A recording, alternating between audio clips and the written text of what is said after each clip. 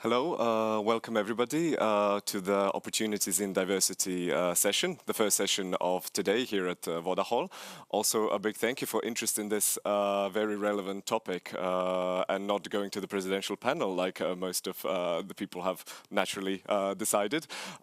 This topic is increasingly important for the region as well, which is why I'm glad that it is included in the program of the Bled Strategic Forum. And today to discuss it, we have 4 distinguished speakers.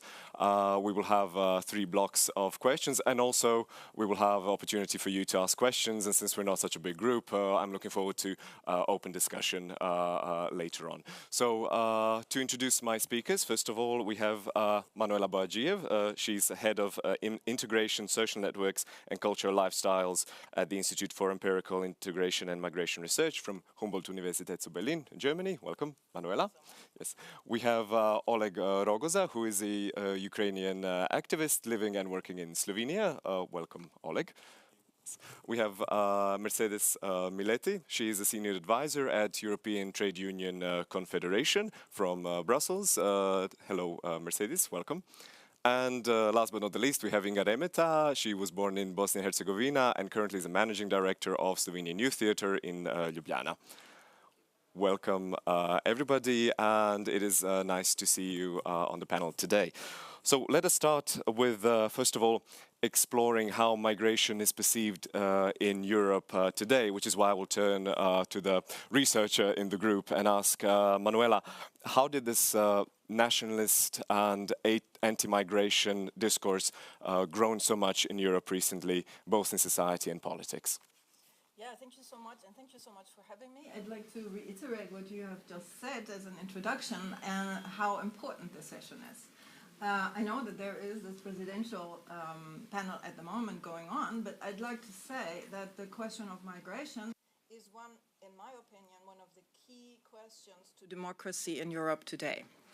So this will be my starting statement, and I will hope that we will be able to flesh this out during the course of the panel and how this could be.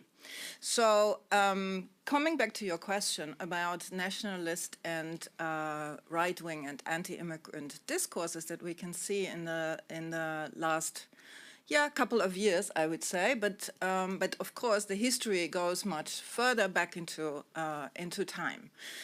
When you look at first right extremist organizations in, for example, the UK in the late 60s, you can see that within, for example, left-wing parties, there has been an inclination to give in to these statements about migration to the right.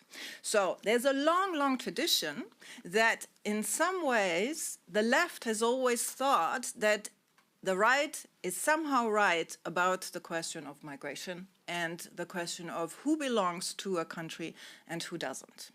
So in my opinion, to reverse your question, we would have to ask, given the challenge that this whole Bled Strategic Forum asks us to do, we would have to reverse the question and say, okay, so what is a prospect of a maybe non-nationalist and a pro-immigrant Europe for the future of Europe?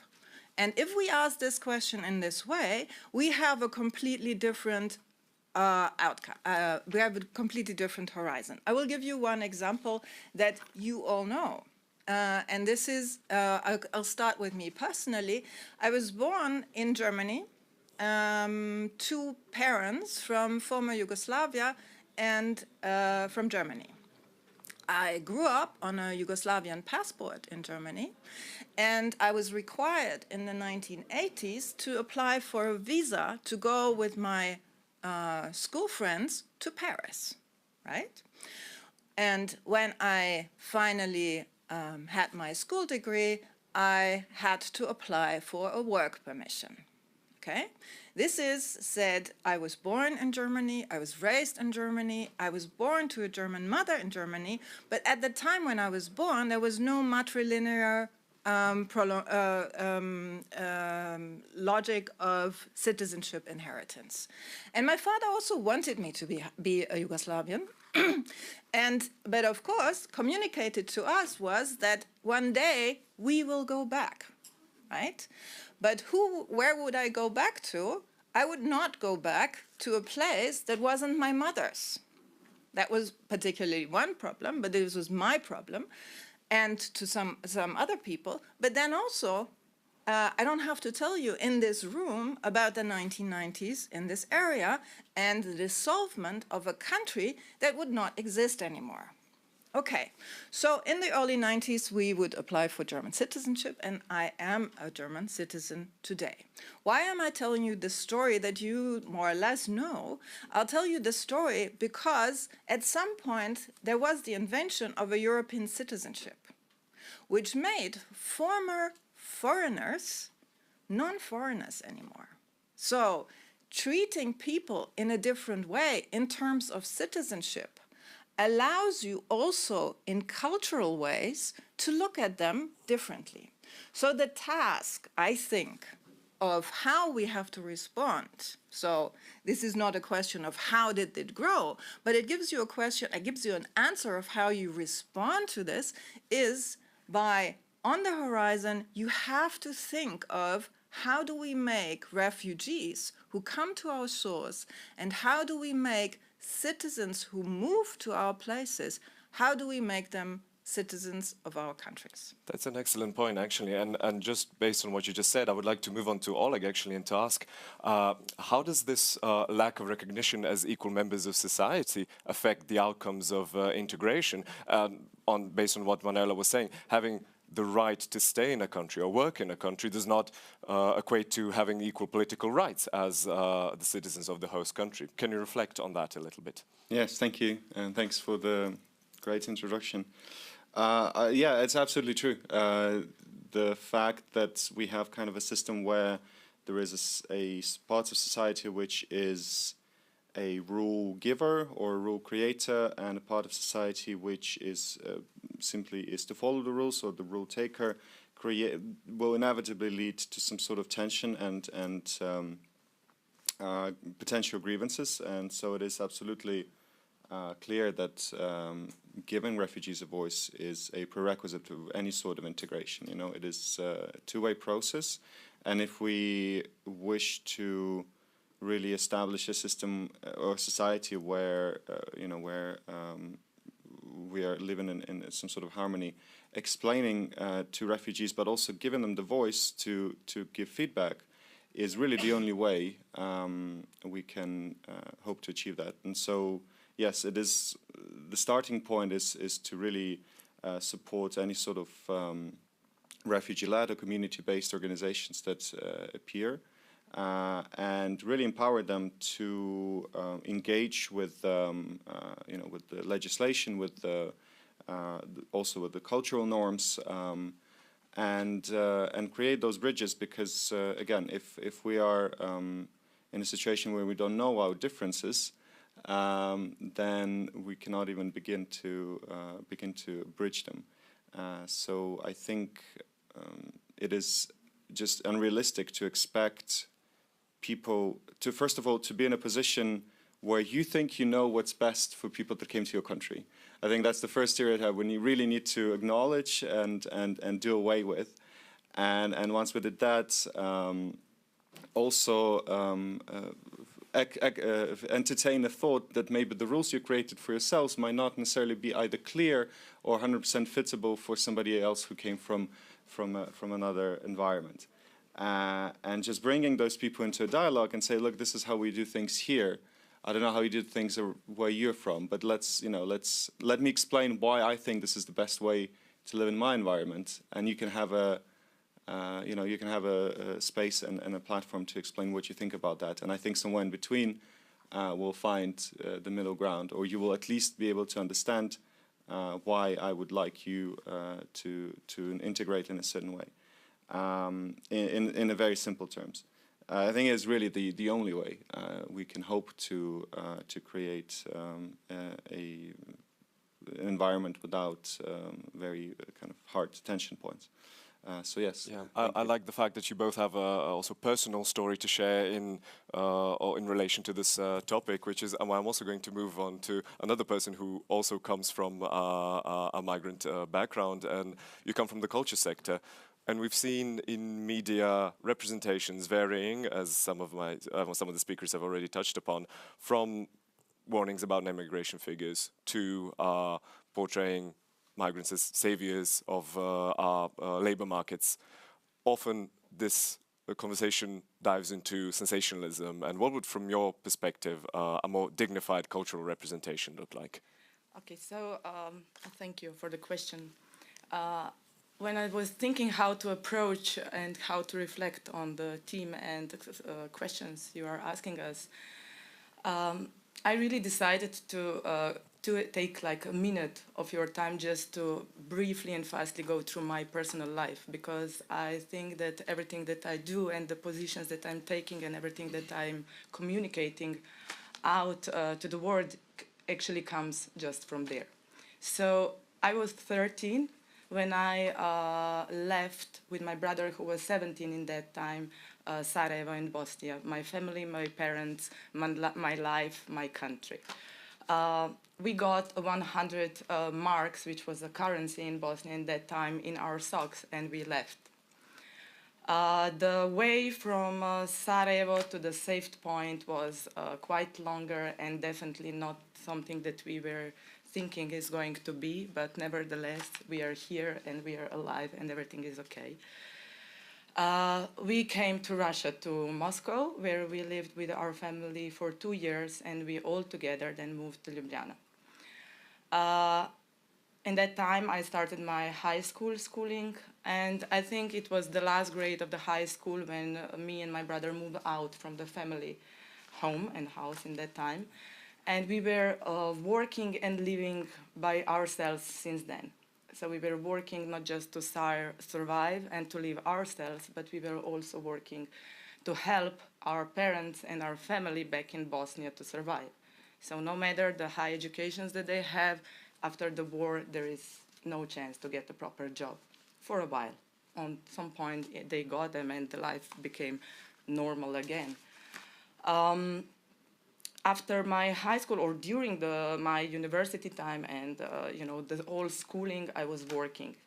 And I was working, hard working, and I became a general director of Bled Theater, which is, I don't know how it's known for you, but it was the first established independent theater in ex-Yugoslavia in that time, and it has really strong and important cultural tradition.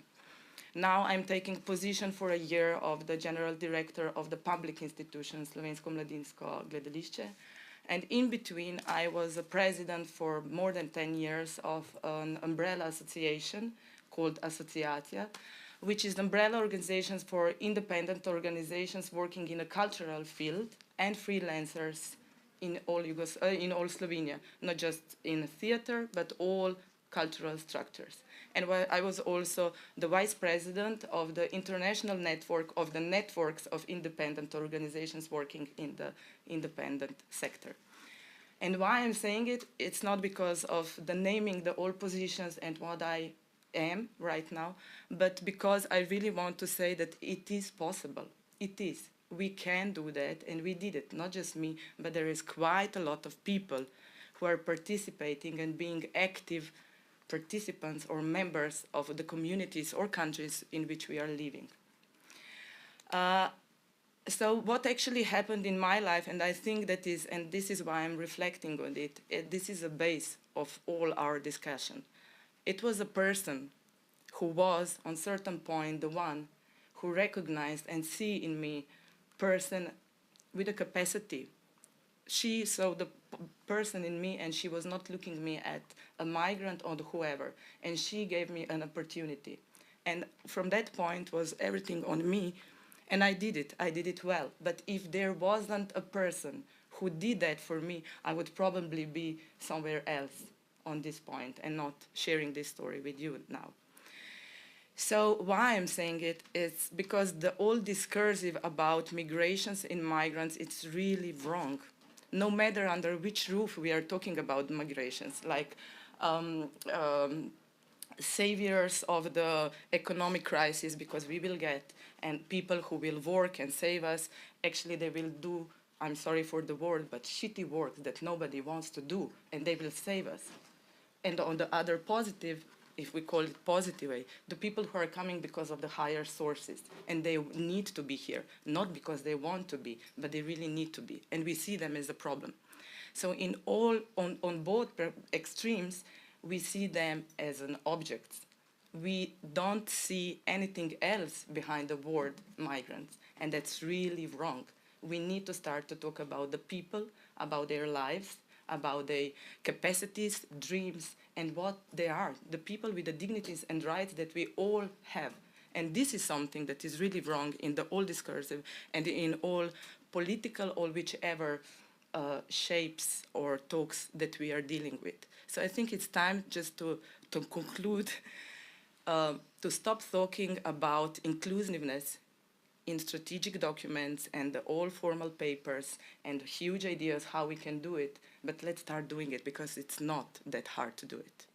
Thank you, and this ties in with the next question perfectly for Mercedes. Actually, how can we ensure that these contributions, such as those that Inga just described, are included in policy debates? Wow, that was the automatic. Thank you, and thank you for the question. I also have a migrant background, which I think like all of us share. Even so, I'm coming from Argentina, and I also did in a different way, in a privileged way. Just taking a flight, to Italy, and luckily enough, having the opportunity to have my Italian citizenship. So, what I'm trying to say here is also, as you said, I think we and people, as you said, we cannot like label. And I think we were talking about refugees. I think it's important that we open that into not only the label of refugees, which is of course an important one, but I think we are talking about asylum seekers, we're talking about irregular migrants, undocumented migrants, Unfortunately, the status of these people, vary along the way. So I think it's also important that we mention this, and of course our personal, experiences and life shape the way, the person that we are now. We are all working on this, trying to strive for migration policies. In my case, within the European Trade Union Confederation. So of course with the a migrant worker, so to say, voice, trying to really steer the wheel and the European wheel. So, my job is really to try to, when I sit with the Commission or with the Parliament, to really, lobby, advocate for more opportunities, for all, migrants to come and work in Europe, and not only in shitty works, but with all the capacities that they have. And so I think it's important that organizations like my organization, but civil society organizations, other international organizations, they represent, the voices of those people. But I think it's important, and indeed, which is lacking in many ways, particularly I'm talking from my experience in the European bubble, that those voices of the migrants themselves are, sitting on the table, where that, the decision making is happening. So we have tried in many ways. There were some experience in the previous commission to have some kind of, forum, so to say, bringing those voices, which is not the case in this commission. And I think, unfortunately, we are seeing a lot of regression of many of the things that we have built in the past. I've been working on this for more than 15 years. So you see how also, unfortunately, the political discourse and the negative narratives shape and then are in the at least again on my Brussels bubble experience, how all of that has that negative impact. So at least what I can say is through the organizations are very important, community organizations, migrant-led organizations, of course, trade unions and others to represent those voices. I always try to bring what is happening on the ground to the European level, because there is always a gap, that's reality is different, and so I think it's also important, and I want to bring what some of the projects that we are implementing, and one is here in Slovenia, and that is like bringing the trade unions, public employment services in Slovenia, international organizations, IOM, UNHCR, other, research institutes, all of these organizations. I think it's very important that they connect, and that also they can bring, support to the migrant themselves. And I would just show something, because I think it was important into this, which this is just a practical, example of what can, I'm showing also to my colleagues.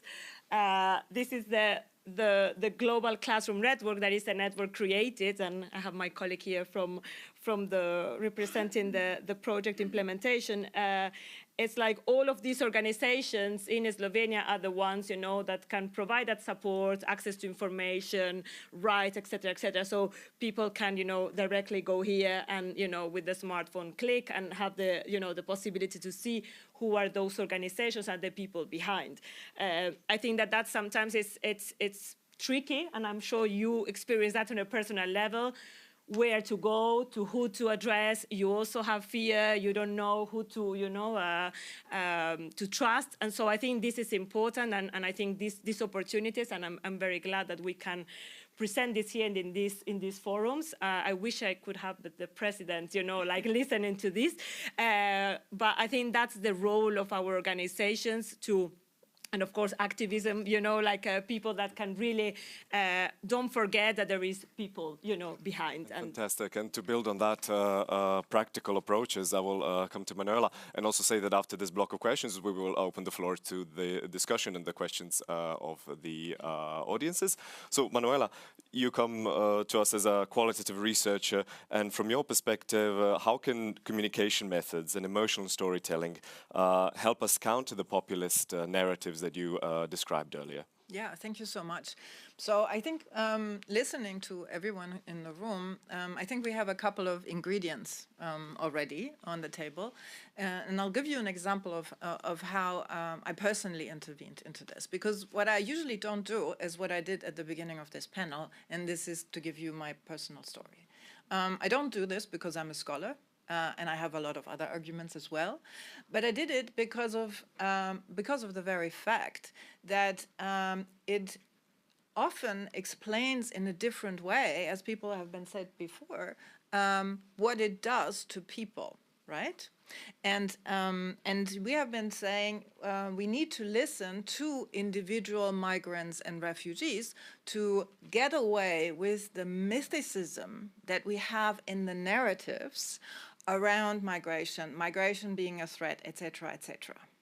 But I also want to be honest, and I'm sure that everyone in the room can appreciate this, and this is that this is not always the case. Not all migrants become professors, become, head of theaters, become, an important person in the European trade organizations. They don't, right? And this is true. And therefore, and not always dialogue is possible with each and everyone. I understand that, and we all understand this. So the point that we are speaking from is not a point of naivety. It is a point that we want to say, look, behind what we are talking about when we talk about migrations are specific trajectories that are being influenced by the very conditions that they meet in the countries that they settle in. So the other important ingredient that from a perspective of a state, but also from the perspective of civil society, is always the question of rights. Okay, so let me give you an example of what we did in terms of a different way of storytelling. In the aftermath of 2015, we organized a very big project and this is the Archive of Refuge. I invite all of you to look at it. It is a digital archive of oral histories of about 50 people who arrived in Germany, both in West Germany and also in East Germany, and then in the United Germany after 1990, and who came from after 1945 up until 2017. We don't catch a group of the Ukrainian refugees that came after 2022. And just to remind you, we have in Germany at the moment 1.2 million refugees from Ukraine, right? So what we did was we sat down and we listened to them. Some of them are journalists, some of them are book prize winners, some of them have become professors, some of them are workers, some of them are activists. And we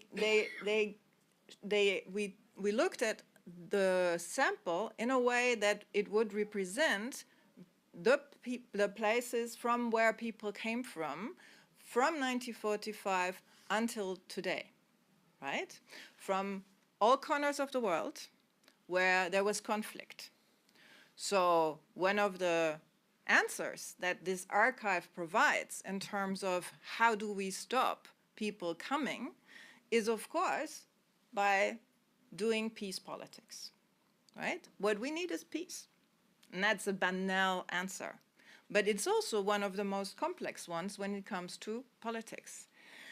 But if we can't achieve this, then we need to be aware that as long as there are conflicts, as long as there is a history of exploitation and making use of people, and as long as we are connected in this world through what we've seen during the pandemic, for example, supply chains, there will be the mobility of people. It is a historical fact. And then the question is the reverse question. If this is a fact, how are we going to deal with it in a way that migration contributes to the democratization of our societies and not to the way they become more and more authoritarian?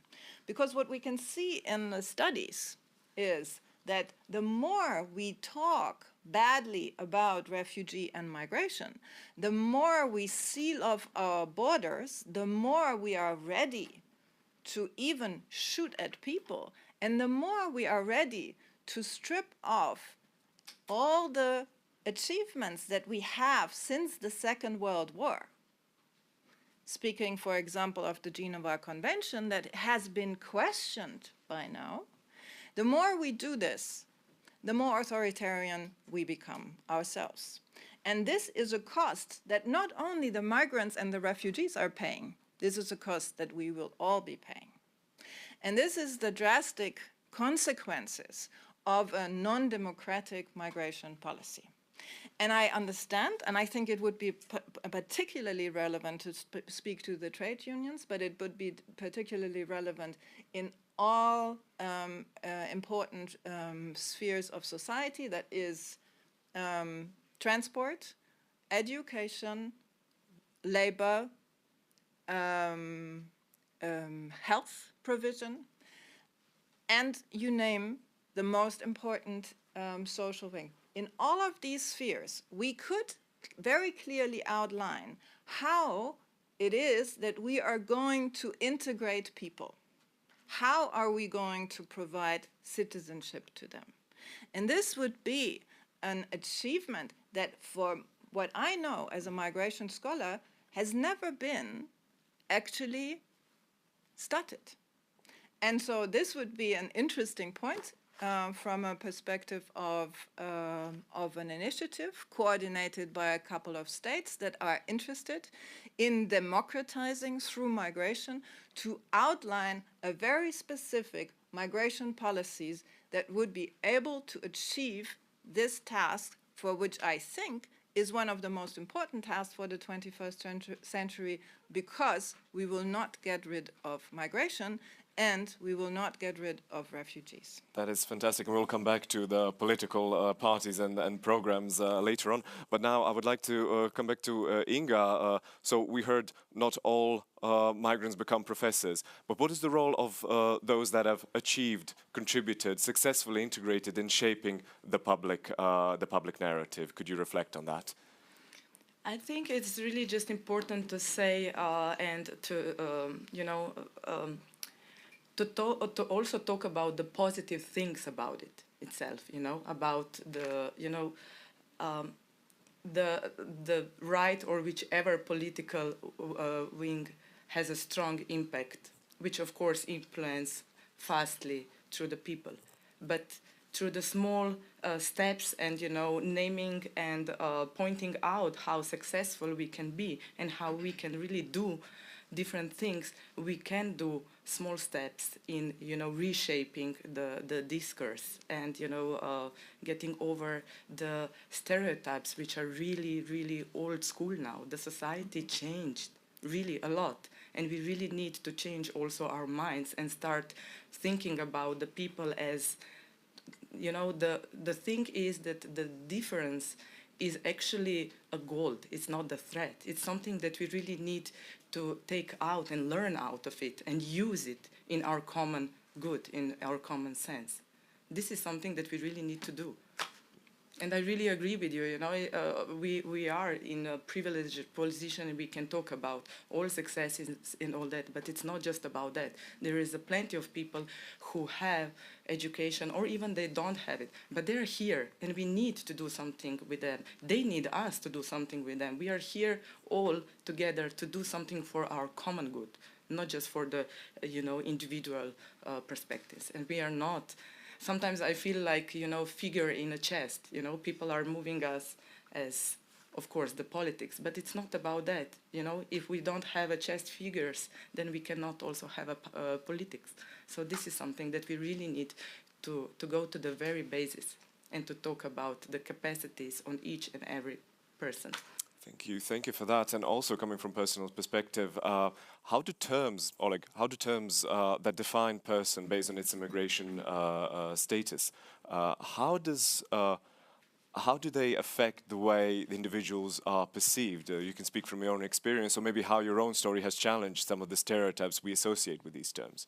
Yes, I was hoping you would start with this question because I think it's really good to start with that to really set where we are, and the semantics and terminology is important. We've spoken so far about migration, and then we kind of moved on to refugees, and I think we use both terms interchangeably, and there are nuances, and these borders do kind of blur.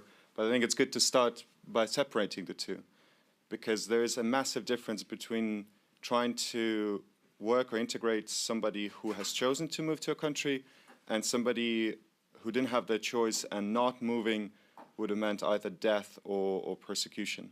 Because you start from a very different starting points, With forcibly displaced, it is very often that they're only physically there in front of you, but mentally, emotionally, and psychologically they're in their home country with their loved ones, feeling for their country and what's happening to it. And I think that policy has to reflect that. Because it's much easier to really expect people who has moved on their own record to integrate, because really they, at least to an extent, want to do it from the get-go. And with refugees, it is very often that the kind of emotional response is that of either kind of limbo or just gray area, right? So waiting until some kind of decision, or rejection from the beginning, where they just do not see the point of integration because there is really that back of mind thought of coming back home.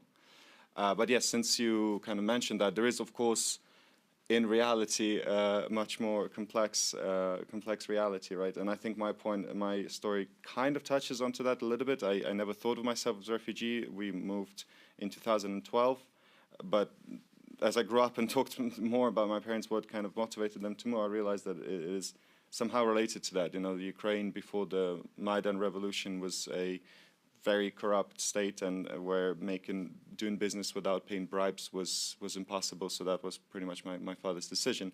And after 2014, annexation of Crimea and war in Donbass, we did not have anywhere to come back to, right? So there's a little bit of a blurred line already. And even the people that came in 2022, you know, they also challenged this narrative. We often think of people with international protection as being protected from their state. It is not the case in Ukraine. You know, they did not seek protection from the Ukrainian state. So they do come back to Ukraine regularly. You know, almost weekly. Sometimes we talk about these pendulum movements now. That challenges narrative, because people think of refugees who moved, and now it's like, oh, why are they coming back? Well, isn't there a war in Ukraine? You know, and of course there's the narrative of somehow protection being connected to wealth, and I think that's also something we have to address every time we encounter that, because wealth does not protect you from bombs, right? I think my point is, yes, that the lines are blurred, and we need to kind of we need to divide these statuses when it is necessary to ensure that people who are forced get the services and the protection they need. But at the same time, and it is challenging for the policymakers, I do agree, be flexible when upholding these strict divisions just doesn't make sense, you know. So I think that's really the unfortunate task that policymakers will have to try to navigate in order to make sure that these statuses and the legislation that we're working with makes actual sense for the people that we're trying to protect and integrate. Yeah, thank you for this contribution, and I will move on to Mercedes. A question especially relevant for this region, which is facing a demographic decline and has opened up its labor markets to workers from outside the EU. We've seen real changes in countries such as Croatia and Slovenia. What would, from your perspective, a migrant-centered approach to legal pathways in labor migration look like? Which policies need to be in place? Yeah. Yeah, I think it was good, to mention legislation. I think that's the, and you mentioned rights, because I think that's the, I was trying to reflect of what the three of you have said. And I think that the double standards was also something that we have seen a lot, and particularly with the temporary protection given to Ukraine people. We have been advocating for that type of temporary protection, or at least a certain protection for, with Syria and Afghanistan. So, and then suddenly, all of this solidarity and like the council can decide with the temporary protection in a very, short amount of time. So we said, like, why you couldn't agree on this before? So I think, in a way, you understand that legislation. So it's there, but it's the will. So it's also the political will, and unfortunately, we know that that migration is very political. So I think, at least from the trade union perspective, when we are talking about, we advocate for more opportunities for labor migration. So we talk about regular, pathways to come and work in Europe, because unfortunately that's also very limited. So therefore, the other pathways are being, so to say, used. And I think the problem that we have now is like the whole, when you mention, the refugee status as different, so to say, the problem is that we see more and more how asylum, the whole European asylum system is, I don't want to use the word collapse, because in a way it's not collapse, but we see that unfortunately member states are not, rejecting more and more. That is very difficult for the people to apply for this and get that refugee status, and that there is only given for a certain, like countries of origin, so to say, and situation, but that's not, sufficient. So we see more and more how then, many of those rejected asylum seekers are, people. I live in Brussels. I even see them, being, living in the streets, waiting for the papers, or then becoming, of course, undocumented, trying to, find a job and try to, to find a life I said in Brussels, but this is happening everywhere.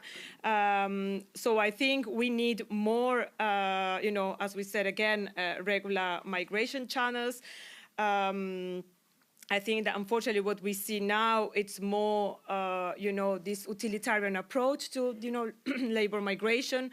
So, and at least in Brussels, we talk about, we need, the talents. We need these, high skilled people. We need, the brilliant IT, experts. And, we are like losing the race against, the Canada or US. But then, that's a very, minor part. But then we also see how then, and especially after the COVID, and now we have labor shortages. So we also see and we hear employers, our counterpart, with as trade unions, we listen to the employers saying like, we need people. We don't have. You mentioned, certain sectors, transport, construction, sectors that, of course, as you said, there's like many people doesn't want to do those jobs because of the poor working and employment conditions. So I think there is a little bit of a, vicious circle. We see more and more, being borders, with the whole rhetoric of securitarian approach, but then we need them. No, so there is a little bit, I said, it's a schizophrenic situation. And I think it's important to remind everyone that, and it's not to portray them as the essential workers, as we have heard from COVID. We are all important, but I think we see that reality is like in those sectors of the economy, but not only, migrant workers are performing, are needed, and we, that's a fact. And so we need to provide it, but not for the shitty work, but with, the opportunities, with work permits, with residence permits that can also provide for all those rights on equal terms. So we stress a lot the equal treatment, for migrants. It's not that there is a second class, and that can also provide for not only like a short term, but a medium and, of course, a long-term integration and inclusion. And that also is pathways for citizenship. But that's very political and very tricky. Thank you. Just briefly. I think that the thing that you are pointing out is really very important. So we are bringing people to help us, to work for us and all that. But what is happening now, I can speak for Slovenia, but I think it's something general, is that now we have those people here. In Slovenia, we slowly but surely also came to that they have permission to work. But what the result of it is that they are really going to work, and then they live and they are sharing small apartments, small rooms, and that's all. They are not integrated in the whole community. So I'm asking myself if that's really something that we wanted to do. Is that really the point of migration? To have somebody over there to do something for us, but that's all. People need life. They need friends, they need neighbors, they need possibilities to be really integrated into the community, not by losing their identity, but being a part of it. And this is something where we lost it totally. Would anyone like to come in with any question or challenge any of the notions? Can I have Peter and Marin, please? Thank you very much, and thank you very much for this really nice panel. I really enjoy it. I have one request, because basically with us, I see Matej Torkar, and he's Director General in the Ministry of Interior for Migration. So basically, if he would be the only guy in the room listening to you, it's enough. Your panel makes sense. So I would really like to ask Matej to give his reflections on what he heard, and especially the second question for me is very important, what Inga just mentioned. For these migrants to have a life, to integrate them better. You didn't speak about how to do it. So I would like also to hear from you, how do you integrate migrants better into the societies? Because education, of course, I mean, from the young age, but what to do with those who come when they are like 18, 19, like we saw from Syria and so on and so on. They are the problems, because those who are young and come, it doesn't matter, you know. I mean, my kid is 8 and his class looks like United Nations. But everybody speaks Slovenian, it doesn't matter, you know. It's Ogi, it's Oleg, everybody is friends and they communicate in the language, and this is, I think, the essence of how to integrate them. But what about this, as I said, the people who come when they're 18, 19, don't speak the language, and so on and so on? Do you forcefully integrate them? You say, if you don't learn the language in 2 years, you have to go? Or not? I mean, I'm just asking questions, but I would really like to hear from Matej first, what he has to say. Okay, Matej, let's see. Yes, thank you very much. I was introduced already by Peter. Thank you, Peter. I was about to raise my hand anyway, so don't worry. I was about to enter into discussion. Yes, I've been dealing with migration my entire career, and now I'm working for the ministry, as Peter already said. I would like to put two things on the table for you, and also to get your reflections. The title of the round table sort of gathers around the narrative of migration, and I fully agree.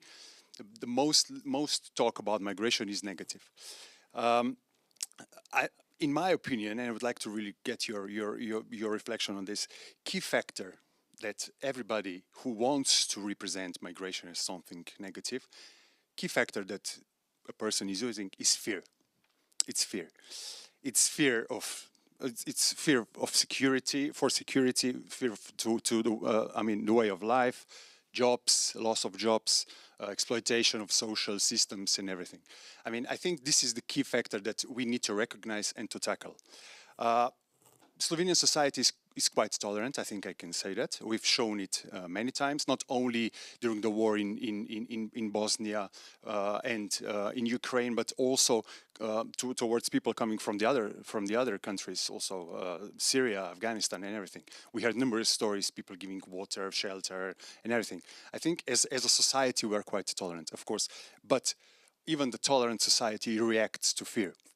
So I think this is one of the factors that we need to tackle, and we need to tackle it all the time on a daily basis. How to do it? I think two ways. Two ways. One is to respond to the representations of fear, of picturing migration as something negative, of something that poses a threat to society, or migrants that pose a threat to society. One is, of course, to tackle this with objective data. This is something that we, the ministry, the police, we have to do. It's our task, and we are doing it. We respond to misinterpretations. We provide objective data. We respond to, I would say, to most acute questions in public discourse. Myself, I'm taking place in numerous roundtables and everything. Always try to bring I would say more objective data, more objective arguments in the discussion. But there's also the other side, that's to maintain a positive dialogue about migration in society. It's not just about tackling what the other side is saying. It's also having a positive dialogue on migration in society. I think this is more or less missing in entire Europe or the EU that I know best, and also in Slovenia. Here, I think that's the role of non-state actors, of organizations, of also migrants themselves, and I think this is something that we can improve also in Slovenia. And I would just like to, and the other thing that I would like to put on the table is something that is really making also the decision-making difficult, and I'm talking from my personal experience. It's over-criticism from the migrant societies, because even when some positive developments happen, or there are some positive elements, either in legislation or something, it's never met with a positive response by the migrant organizations. It's always, yeah, you did this, but you should do this, you should do more. We are nowhere near where we want to be. And also the interventions from the panelists, also I agree with many of them. I mean, we quickly, or everybody quickly becomes overcritical and very in generic terms, so that everything is wrong, nothing is good. So I think this is something that we need to reflect within ourselves. How do we approach things? Because we need to give, I mean, now I'm representing, of course, the ministry, but we would like to get some credit, at least, to what we are doing, because during the last negotiations on the Law on Foreigners Act, I mean, we did accept so much criticism, but at the end, the result is very positive. But it was not published anywhere. The response was not in this direction. So it really, it makes decision making very hard. So I will stop here. Okay, thank you. And Marian, I've seen your hand. I'll come back to you later. But just maybe maybe I would give floor to Inga, because she also knows the Slovenian context. If you wish to reflect on what we just said. Actually, a few points that you were pointing out were also the things that I was really deeply thinking about. So what we are facing in Slovenia is that we are really overcritical about everything. So we really look into everything what we do. I know from the cultural side, whatever we do, the sound is not good, light is not good, everything is wrong, and it's really not the truth. There is a plenty of the things that are very positive and good, but there is also one trick that I'm always insisting on. If we don't push, and if we are not pointing out the things that could be different, then we are not also doing our jobs. So it's not about criticism itself. It's about motivation on what we can do better. So, of course, all credits are there because there are people behind it, and you did already a huge job, all of us, on some manners. But there is always something more that we can do. And it's not that hard to do. And we are on the way of doing it. It's not debatable at all. But it's also good to have this trigger that we can push with things, just that. But I agree, the Slovenian context is always rather negative than positive, but it's also a safe place for manipulation. So that's what we do, sadly but truly. Thank you. Thank you for the addressing these reflections. What I would like to, and I think this is quite important, to address the political side of things. And I know Manuela has an insight here. How do political parties approach integration in Europe, and ideally, how should they position themselves? It is actually quite difficult to find out. And if you look at different party programs across Europe, then of course, I mean, other people have that opportunity. We have just begun this sort of research in Berlin. What is quite interesting is that you have a whole full of topics that are basically about restricting migration and restricting asylum to Europe. And then there's one topic that turns it around, and this is labor migration. And with labor migration, there's usually not so much, there's not so many complex ideas around this. So there's usually the idea of recruitment contracts for certain sectors of the economy, and there is an ideal idea of this is how the future of migration could actually look like. We will invite people for a certain amount of time to work in a certain sector for a certain period, and then ideally they go away. Looking at the history of migration, this is probably not going to happen, and it will be very difficult to think of this in this sort of logistical terms where you think that migration or the mobility of people could be organized just in time and to the point, right? So these are the main ideas. Now, integration is different because integration is not so much about migration policies, and this has to do with the general problem that migration faces, is that migration is in itself a question that exceeds the national state and the national legislation. by the way that there are people that are coming from elsewhere. So, you know, and how do you think about this? I think is one of the ways that that we need to think in different ways. So, you have rightly said that we need to distinguish between refugees and migrants, and I think this is very important because the question of refugee is, of course, a question of human rights. It's a question of international law.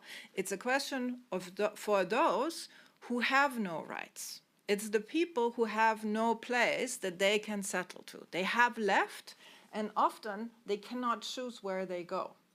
So, you know, they try, right? But this is not usually and not always successful. And as we all know from migration data, most of the people settle in the vicinity of the states that they had to flee. Yeah, so this is one of the big myths of the right, that millions of people will come to Europe. It will not be. This will not be the case. It is really not very likely that this is going to happen.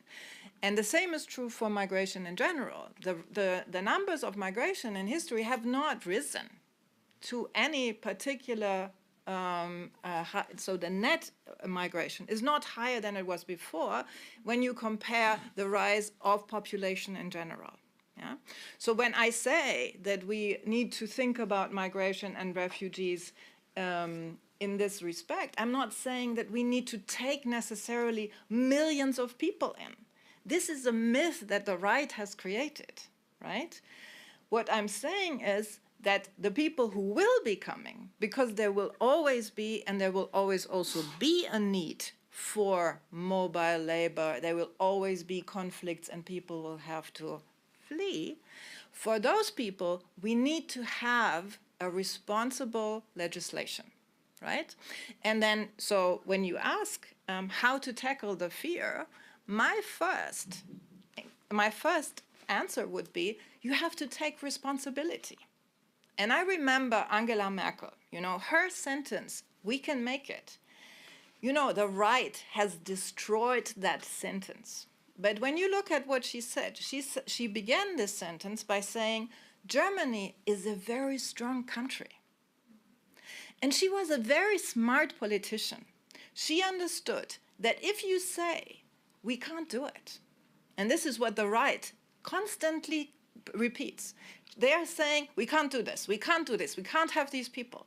When you say this, you have your back on the wall. You can't do anything anymore because you can't do it. What she said was, we can do it, right? But then there was not enough that was done. So I think that this is your question now, right? So what are we going to do? And I think you need, when you do these policies, you need space for maneuver. You need to carve this space, and you need, of course, all these positive voices, narratives, etc. But what you need, first of all, is responsibility by the state, and saying that this will be tackled.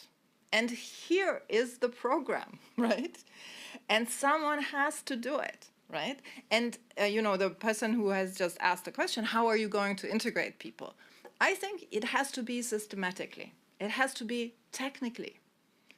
This is not a question about the migrants or the refugees. This is a question of our societies and how we will deal with the simple fact that history has always had and will have, that people will be mobile. They will be mobile. So for our states and our constitutions and the way we do our legislation, we have to implement this idea that our citizenry is also a mobile one. We cannot think in stable populations. I'm sorry to say this, but this is the big task. And I think it can be done. I think if you break it down, you can do it. Thank you for the excellent points. And I remember Marin raising a hand if you would like to ask the question. Yes. All right, thank you. Good morning, everyone. This has been an excellent conversation, very interesting. I'm not someone who knows that much about these topics, so that's why it was really useful. So I would just like to take sort of a more pessimistic take and just challenge a bit some of the discussions that are being made here. Mainly, I would like to talk to Mercedes about. So you briefly mentioned the economic aspect of migration, and I have this view of when I talk to other people about migration, it is not that much that people are afraid or they are not accepting, and they are trying to be a closed society and so on and so forth, but more that people are afraid for their jobs. They are afraid of wage suppression. They are afraid of the suppression of workers' rights, and especially in my country and in these let's say countries that are finding labor migration a novelty, let's call it that way. So just my question is, how do you reconcile your ideas on migration with your ideas on trade unions and workers' rights?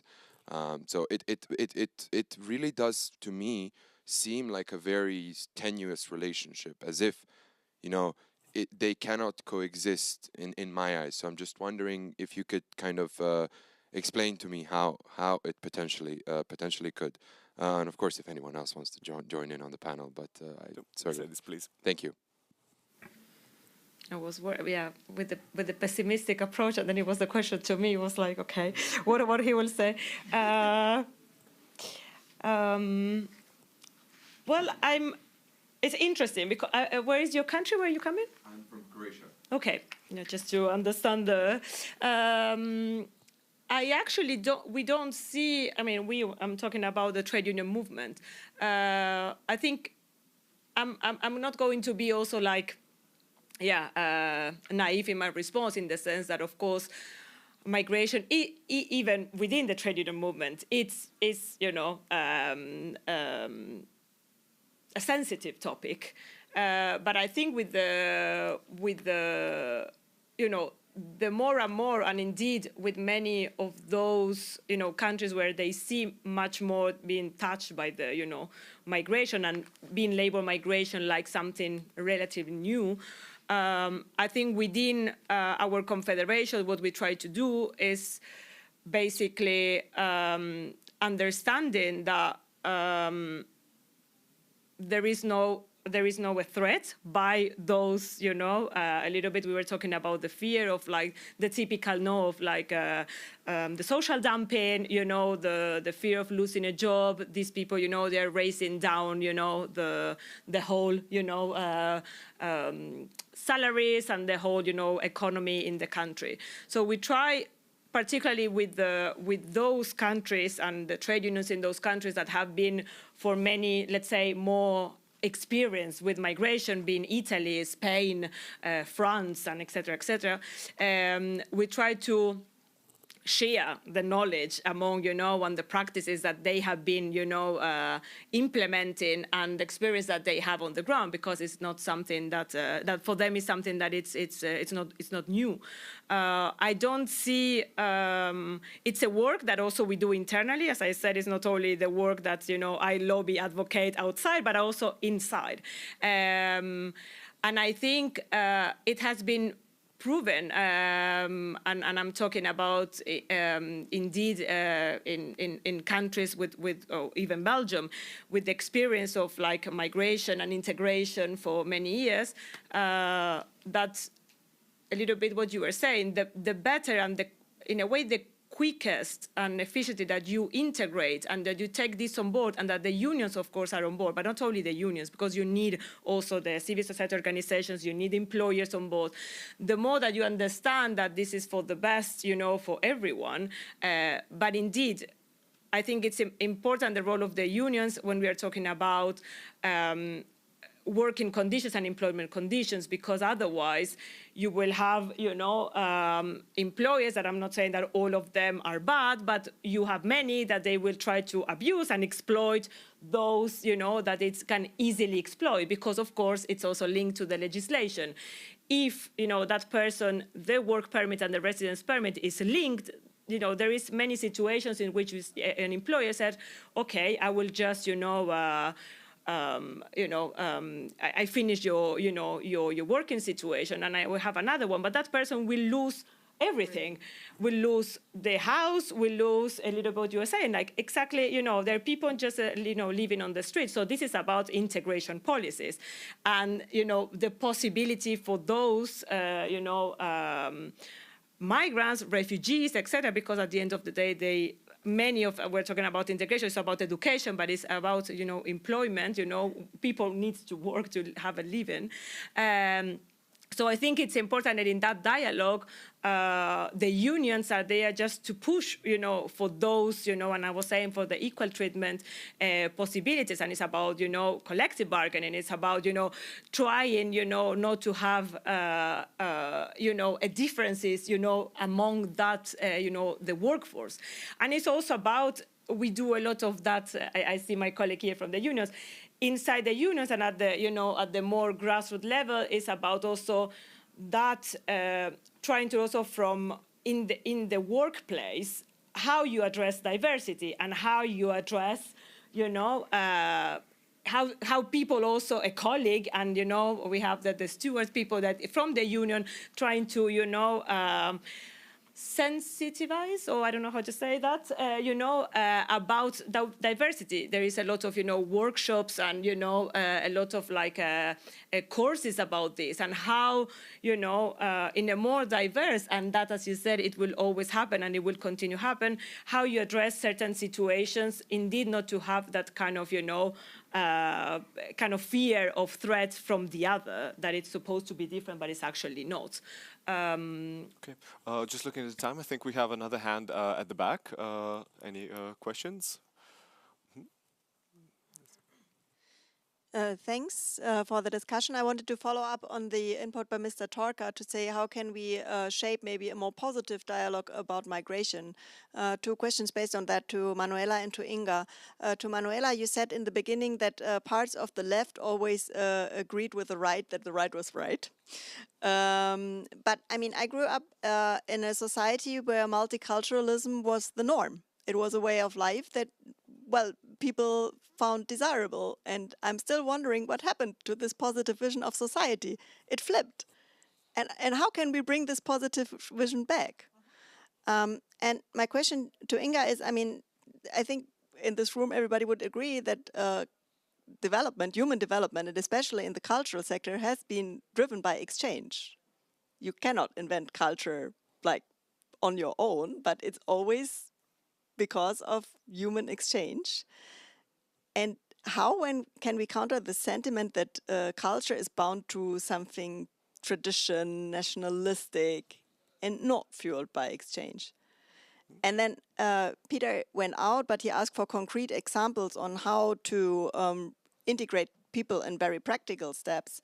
And what I learned recently is, at least in some German parties, you can become a member without having a citizenship, which I think is really, really a good tool to introduce people to democratic societies.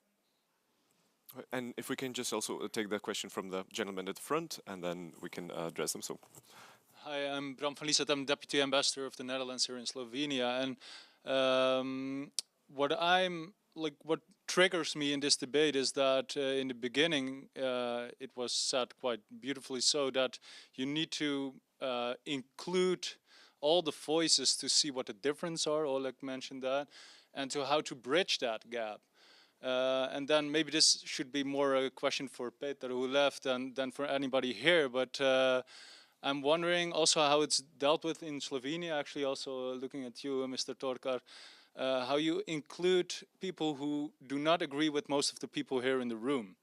So, for instance, in Slovenia, there's enough voices, I would say, that would disagree with a lot that was mentioned here today. And my question is, wouldn't it be a more valuable dialogue here as well to have one of those voices here, also to hear the voices that here today, and how to do that in a proper way? Because, of course, Mr. Torkar mentioned to me before in a conversation we had that there is quite an outspoken strategy on to have like fact-checked information going towards the public.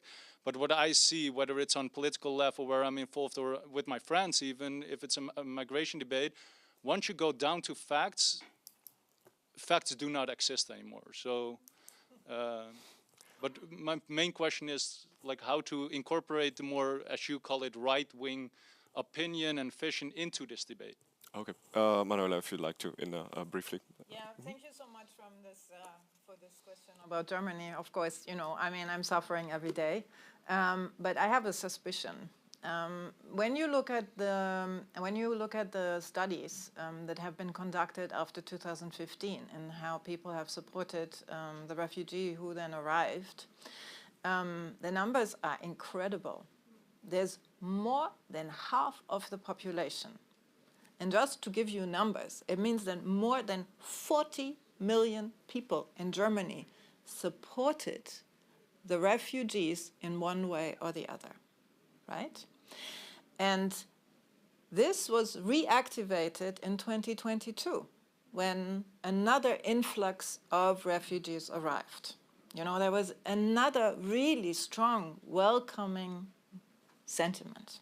And a lot of work, you know, this is not just, you know, I feel like this or that. The people do this work all the time, right? So I have this suspicion, I have to be honest, I really think that after all, sometimes Germany isn't as much as it is represented. And it's also my everyday experience, I have to say. But saying that, I really suffer through media and political discourse. And this is where I see the responsibility of both media and politics. And that's why I stress this so much, because I am absolutely convinced that civil society is doing quite an interesting work.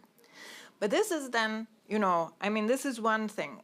And this has a lot to do with the question of what kind of rights do you provide? How do you organize this? What responsibility are you taking? Are you showing that this is feasible, etc., etc.? I think these discourses need to be done. It's not so much about the one migrant or the other migrant and how they are and all of this. And I'll, you know, I know this is going away, and I'm sorry for the time, but you know, I mean, when there are studies on anti-Semitism, you know, in relation to German fascism, and they have said one thing, which for me has always been extremely important to understand. They've said, you cannot blame the Jews for the anti-Semitism. I think this is an incredibly strong argument. And we cannot blame the migrants for these discourses. It is our responsibility to change them. And this goes through a lot of positive narratives, etc., etc. But culturally, of course, there's a long way to go. But I think it's both these elements. We have to provide different rights and pathways to citizenship. And we need to change the culture. And these things come together, of course, because you need a cultural, you know, situation in which people say, yeah, this is what we need. So I understand the problem, but, you know, I mean, this is why we sit here and we're thinking about this. And, yeah, I mean, yeah, it's not only narratives. That's what I would like to say. Thank you, and Inga, if you would like to address also in 60 seconds, wrap up.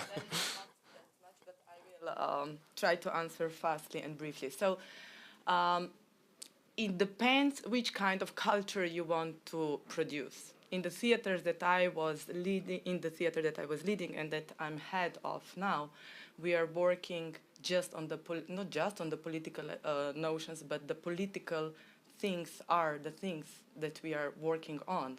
And luckily, the Slovenia is still the country, and there are going all credits to the Slovenia, that we can still have this freedom of speech, you know? So we are doing that job. There are, of course, billion of other organizations which are either pushed or made pushed to do very clear and very traditional culture, but it's not our thing. So we do work with migrants, with refugees, especially with the young ones. So it's about the personal decision and, of course, the context in which you can place it. So in Slovenia, we do that, luckily. But if you go back to the Germany, you can face already quite huge restrictions, even not just even, but firstly in the cultural sector, because that's the sector who actually speaks out the things and pushing a mirror, and that's really something that our task to do. with no, censor in it. Yeah. Censorship, yeah. Thank you. Thank you so much. I would really like to continue with this discussion. Unfortunately, our time is up. Totally other. Yeah. Thank you so much for coming to the session. Thank you, Inga, Mercedes. Thank you, Oleg and Manuela. Also, big thank you to BSF organizers, and a very warm greeting from the Friedrich-Ebert Foundation, where I come from, and wish you a very productive remainder of the day. If you wish to, I think you have a few minutes extra to move to the next session, but obviously if you wish to speak to any of the panelists directly, you have a few minutes to do that. So thank you once again, and wishing you a nice day.